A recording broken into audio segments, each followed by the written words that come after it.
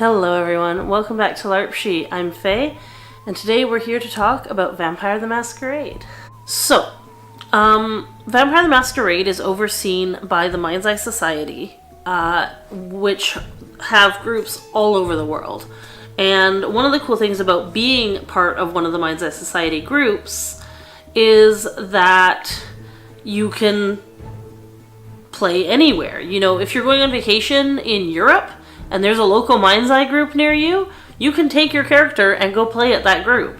If you move across country and there's a Mind's Eye Society group where you're moving, you're all set to go play in that group. So that it gives you some flexibility. We are actually planning a group trip down to Seattle in the group that I'm just started playing in. And so it gives you a lot of flexibility. You can go anywhere in the world and still play your character, which I think is one of the more flexible LARPs I've been to that way. So the overseer of all the Canadian groups is Canada at Midnight, and they are a non-profit that oversees all of the different games locally. And then under the Canada at Midnight group, you have different domains. And the domains are what the vampires call their territories, essentially. So Nova Albion is the domain in Vancouver. And up until recently, I think it was May, they said, Vancouver was an independent city. They were overseen by the Independent Alliance. And in May, I want to say late spring, May, I believe they said, they were overthrown by the Camarilla, who took over the city. And then more recently, the Sabbat have made themselves known in Vancouver. So we have 3 games that are run under Nova Albion, under the Nova Albion banner. We have a werewolf game that is run on the first Saturday of the month. We have a Vampire the Masquerade game, which is Camarilla, Independent Alliance, and Anarchs, that is run that same Saturday in the evening. So that werewolf goes in the afternoon, vampire goes in the evening of the first Saturday. And then Sabbat, I believe, is the second. Excuse me. Sabbat is the second Sunday, I want to say, Saturday or Sunday of the month, and then usually the third weekend of the month they have like a social game where it's not like a big like game, it's more like a tavern night sort of situation. So my friend Sky and I talk about Sky a lot on this channel. I play Delilah is Sky's mate in another game, the Feline that I made.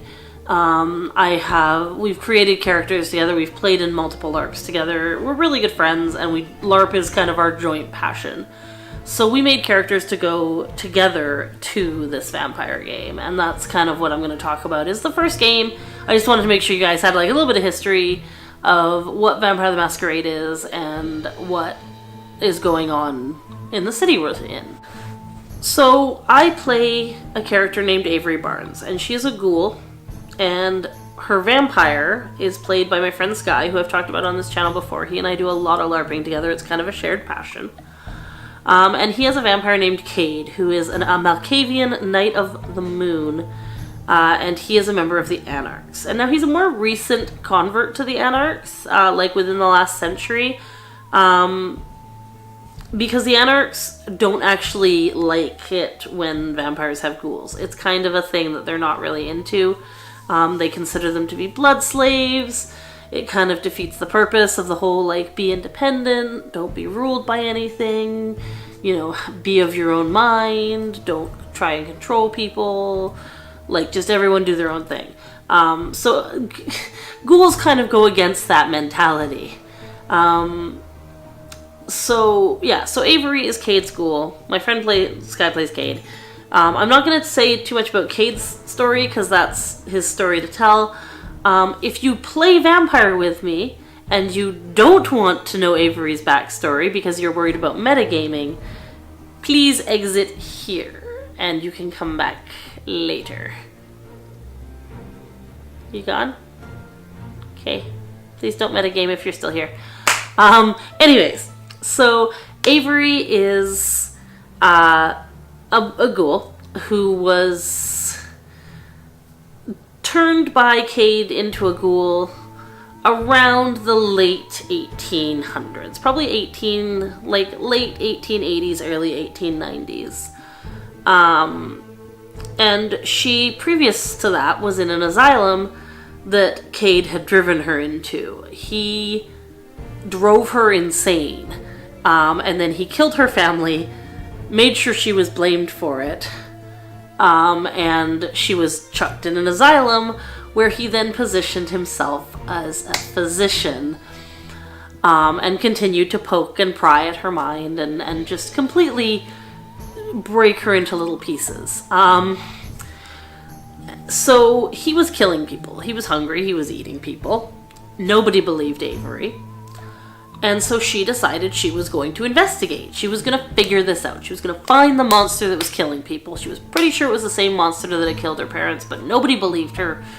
They were like, oh, people die, suicide, homicide. People die by accident. People die of age and illness and blah, blah, blah, blah, blah.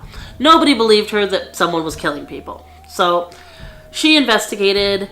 She found Cade in the middle of a feeding. He liked her. He had kind of been grooming her to be a ghoul for a while.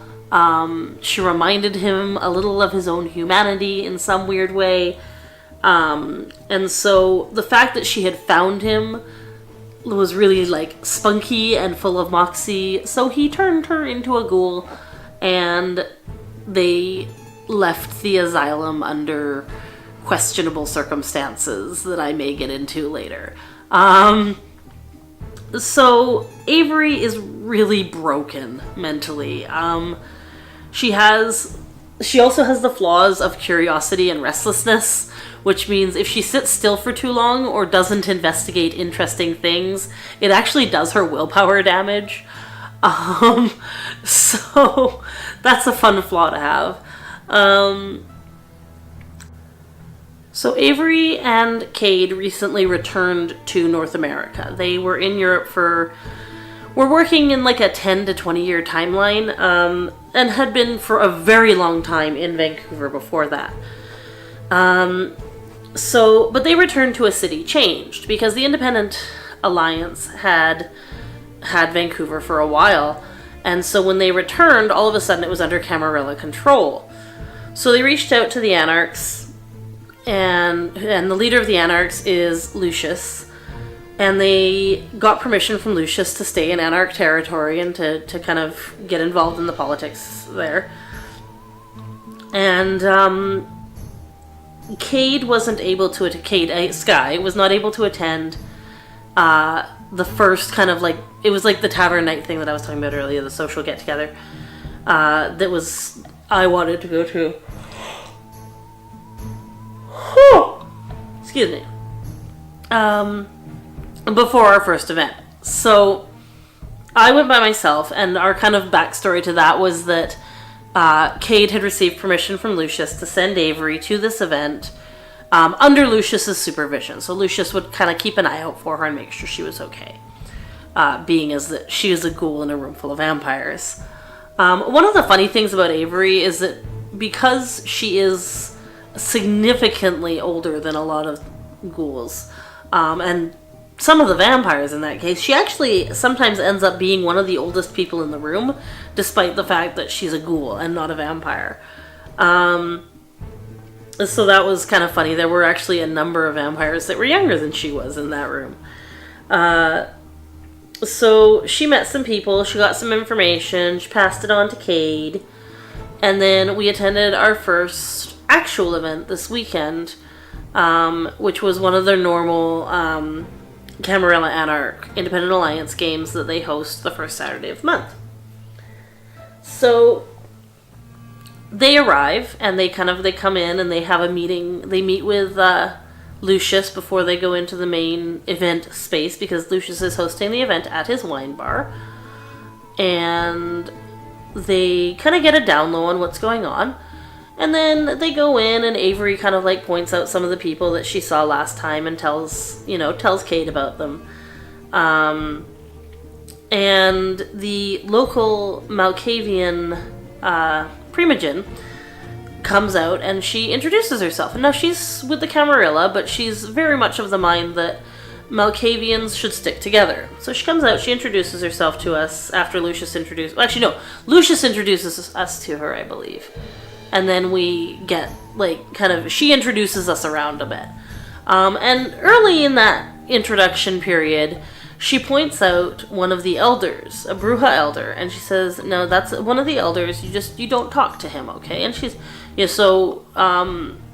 Cade makes this very clear to Avery. Yeah, don't talk to him. Like, he's an elder, just don't just walk up to him and start talking to him. So Avery's kind of, part of the way I play her because of her restlessness is she kind of wanders back and forth, and she'll go back to Cade and kind of check in, and then she just kind of wanders and looks around. And at one point, apparently rather foolishly, I decide to announce that I am bored. Now this is in character, so Avery is like huffing and sighing around. She's, I'm bored, to Cade as she's walking with him. And Cade's like, well, go do something, right? So she's wandering around, and she's just like, whatever, this is dumb, I'm bored. And she notices this elder walking in her direction, so she tries to, like, go around him to get to Cade. And he intercepts her and is like, you're going to come over here and talk to me. And she's like, so... because Avery's a little not all there, she just outright says to him, I'm not supposed to talk to you. And it's kind of, I think someone was walking by and was like, well, he's an elder. Like, if he talks to you, you kind of have to talk to him. And he's like, kind of nods, and she's like, well, shit. So she goes with him. He offers her arm, and she kind of takes it, and she looks over at Cade with, like, giant help me eyes. And Cade laughs because he's a sadist, and Sky hates me. And so he takes her over to these chairs, and they sit and talk. And he's, like, kind of prying a little bit, and Avery's kind of distracted and looking around and trying not to answer too many questions too seriously, because that would be bad. But he's asking, like, what's your favorite flower? And she's like, I'm not really a flower person. He comes back to that one a few times, and she eventually is like, I don't know, I like lilacs because the color matches the color of the name, and, so... And he's like, she's restless, and he's like, why do you keep moving around? Like, why don't you just sit still? And so she's, I blather something about, like, well, the world moves so fast, and if I sit still too long, I miss the world going by, and then it's hard to catch up, and, so just meandering, nonsense, because she's a little bit nonsensy. And so he finally gets, like, a favorite flower out of her, and he's asking, like, what sort of things she likes. And a lot of his questions, she's answering with, well, Cade. Like, Cade brought me here. I'm here because of Cade. I like Cade. I want to be around Cade. Cade, she's answering a lot of her questions with Cade, and eventually he is like, hey, what do you like to do? Or what do you like to, like, do in your spare time, kind of thing. And he's like, and don't say Cade. Like, he's sick of her answering with Cade. I think he really wants to get her off the topic of her vampire. So she talks about, like, how she collects old photographs, and how, they make her think of, like, when she was little, and she prefers older cameras because they don't make weird noises. And they smell better, and, they're more interesting. They require, like, more concentration and more knowledge, and she can focus on them better. But a big part of how I play Avery, how I was planning to play Avery and how I have been playing Avery, is that she doesn't like to sit still and think too long. Because when she thinks too long, she thinks about all the bad shit that's gone on in her life. Versus, if she can move around, if she can change topics a lot, she doesn't have to, like, concentrate too hard on the fact that Cade killed her entire family and she's still with him. And probably is the reason her whole life has been ruined. So she's chatting with this elder, and he, like, asks her, like, what would she want for Cade, and she's like, well, I mean, like, you know, I want him to have enough money to have everything he needs, and, you know, roof over his head and everything, so that we're not suspected, and I want him to be safe, kind of, it comes down to, like, what would you want for Cade? Well, I want him to be safe. You know, her whole purpose is creating a safe place for Cade to live, creating a safe life for him to live, and making sure that people don't find him during daylight hours. So she's very much about, I want Cade safe. And so that's eventually what she answers this elder. And they have a conversation about another guy, the ambassador of the Anarchs. His name's Nicholas, but my character, Avery, had taken to calling him Nicky. Despite his excessive eye-rolling and repeated reminders of what his name actually was. And so the elder was like, well, do you not respect him? And she's like, I get distracted and I forget, but Nicky is easier to remember. And he's like, well, I'm Nikolai. Would you call me Nicky? And she goes, well, no. And he's like, well, why not? And she's like, well, it'll be super confusing to remember two Nickies. So it wasn't anything to do with, like, I respect you as an elder and I would never do that. And very much about, like, well, that would be confusing because then there would be two of you.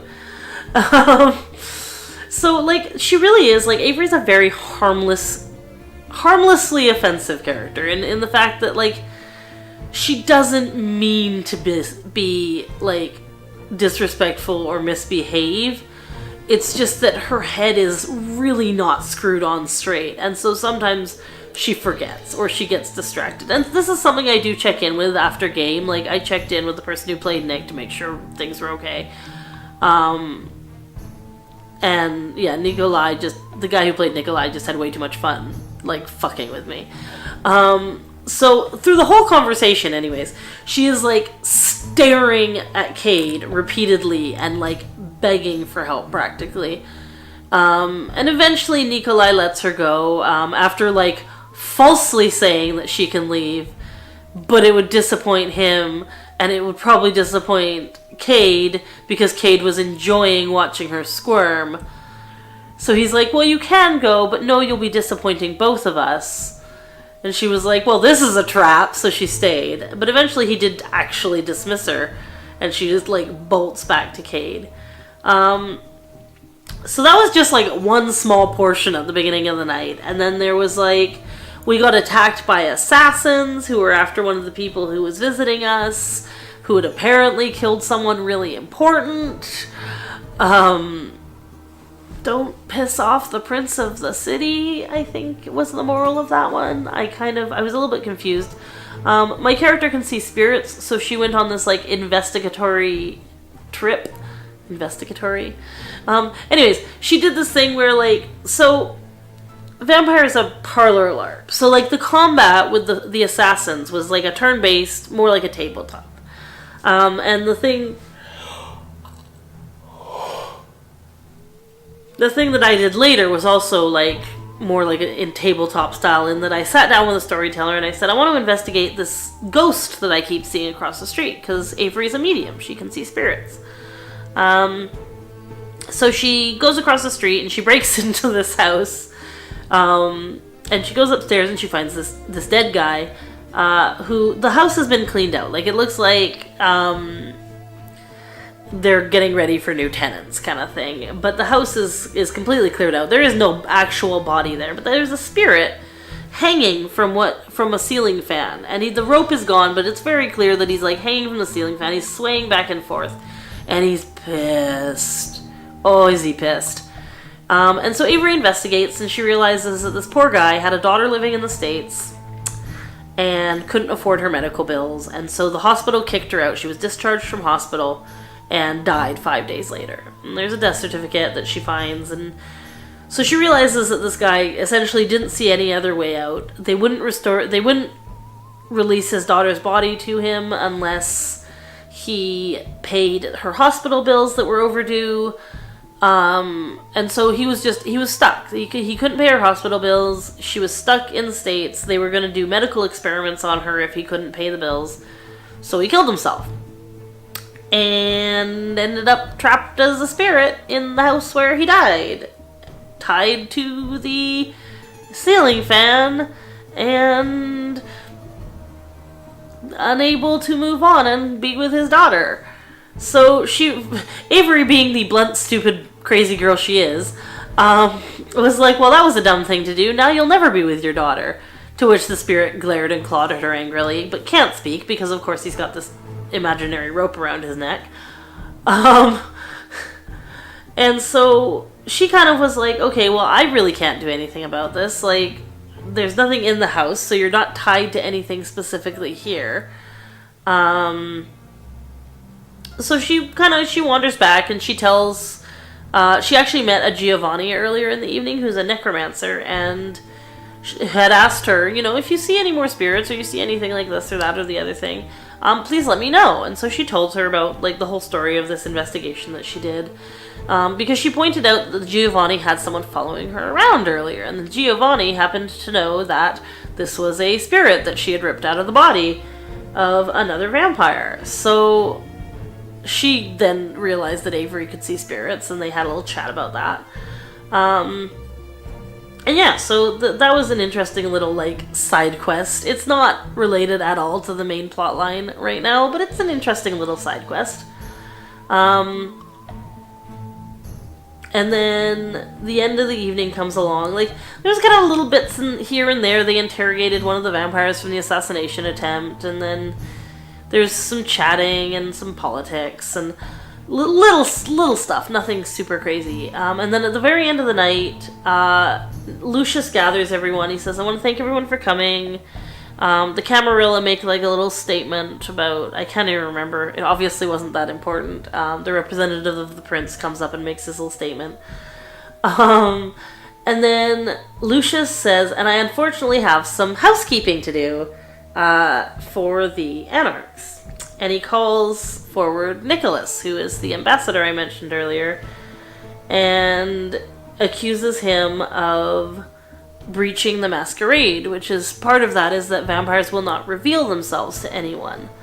And he says, we don't speak to werewolves. The idea, even suggesting that you want to, is risking the masquerade, and you need to cut it the fuck out. At which point Nikki yells at him that he is accusing him of a thought crime. Nicholas! I'm not in character right now. Sorry, Nick. Nicholas accuses him of acting like a Camarilla and not an Anarch. Says that if he's going to act like a prince and order him around, he may as well treat him like a Camarilla. At which point Nicholas puts on a collar and a leash and presents the leash to Lucius in a very demeaning fashion. Lucius turns down said leash, obviously, and they get into a fight, during which Nikki drops golden crowns on him, and they beat the shit out of each other with fancy illusion magic, and we are revealed of the fact that Lucius is a shadow monster of sorts. Now Avery is pretty unfazed by the whole vampire fight thing until Lucius starts to actually rip down parts of the ceiling, at which point she decides hiding under a table is probably her safest option. Lucius asks all the Camarilla to leave and orders the Anarchs to stay, and eventually one of the Camarilla jumps forward and yells at Nicholas that he is cashing in all his boons against him, to order him to stand down. You owe me these favors, I'm cashing them in to get you to stand down. Because he likes the Anarchs and he likes Nicholas, so he doesn't want him to die. So Nicholas stands down. He's under a pile of roof rubble. You can hear him grumbling under the pile of roof rubble as he's digging himself out.